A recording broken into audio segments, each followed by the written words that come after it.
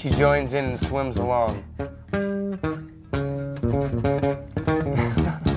There's Claire swimming. I can see her now. With her floaties. Yeah, with her floaties on her arms.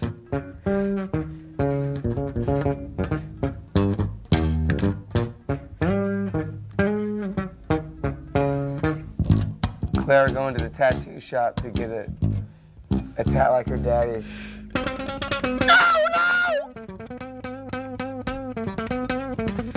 She wouldn't go. She doesn't want one. Too young. Yeah. But you want a tattoo of fashioned after one of her drawings. Yeah, because she's such a great artist. If I could ever approach, see, little kids, I just love little kids, and little kids are the best musicians and the best dancers and the best writers, performers, drawers, because, you know, they're not thinking about worrying about what anyone's going to think about it. They're just going straight for the expression. So, you know, the best thing a musician can be is a little kid.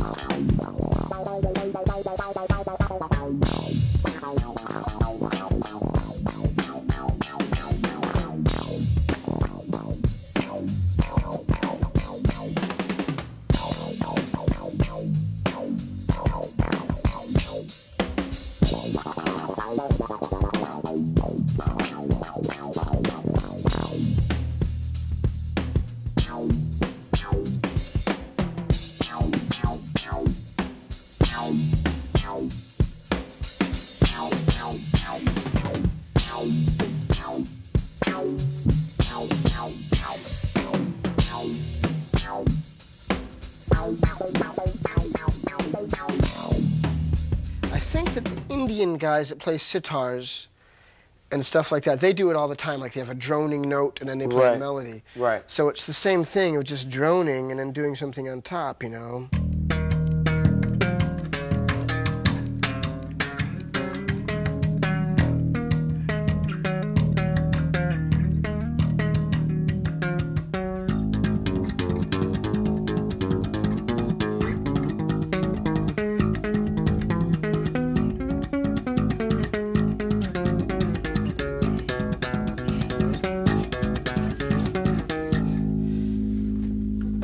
The D, you know.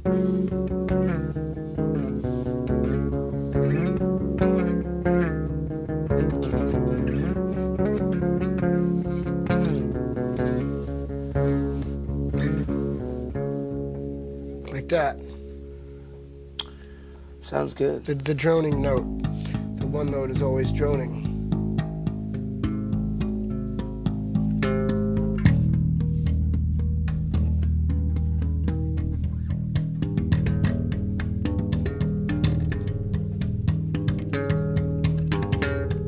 Cool.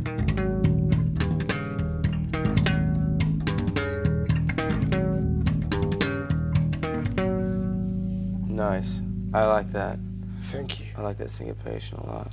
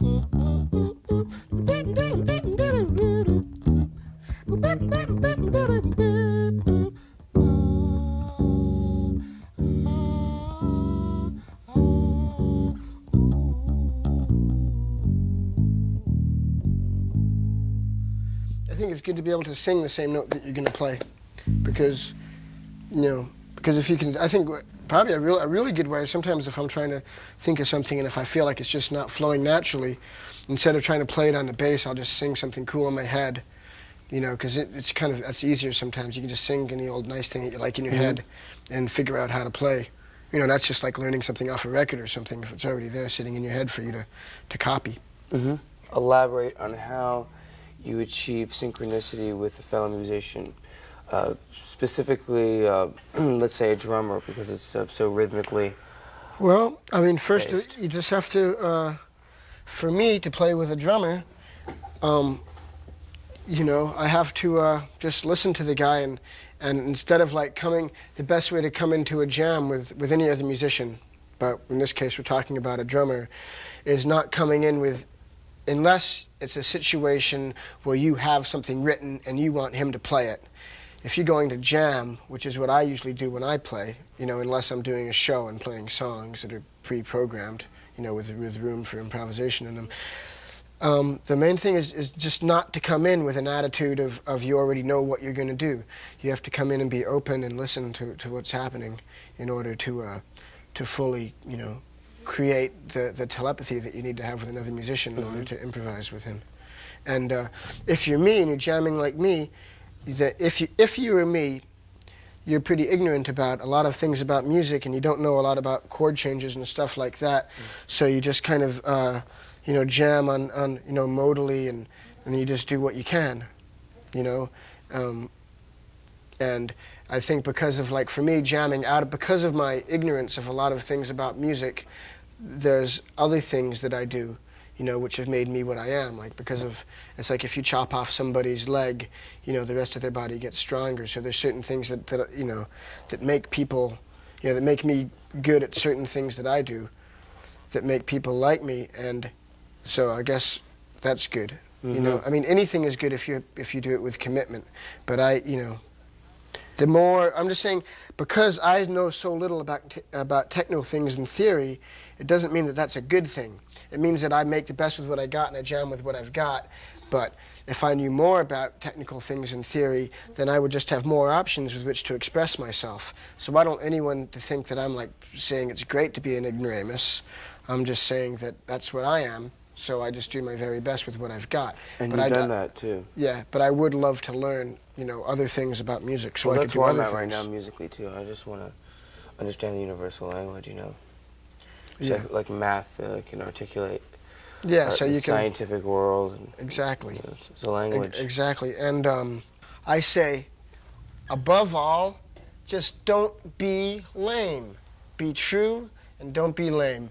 Be true to yourself and never listen to it. If someone says something to you and, you know, if you don't think that it's right and you don't think it's cool, then just don't deal with it. Just be true to yourself and just play what you like, the best that you can. And just be yourself as hard as you can and do what you do as best as you can do it. Where you want to be pretty and pink like a soft rose growing in the springtime, then be that, as pretty and as beautiful and as slippery as you can. And if you want to just be like the biggest, ugliest monster that scares everybody away, do that as best as you can. If you want to be a clown in the circus, be a clown in the circus. If you want to be an upright golden statue of liberty, then be an upright golden statue of liberty. But just do whatever it is that you do and be true to yourself and be yourself and just play your hardest and your best and you know, always just play every note like it's your last, is what I have to say. And just really care. And if you really care, then you'll get somewhere.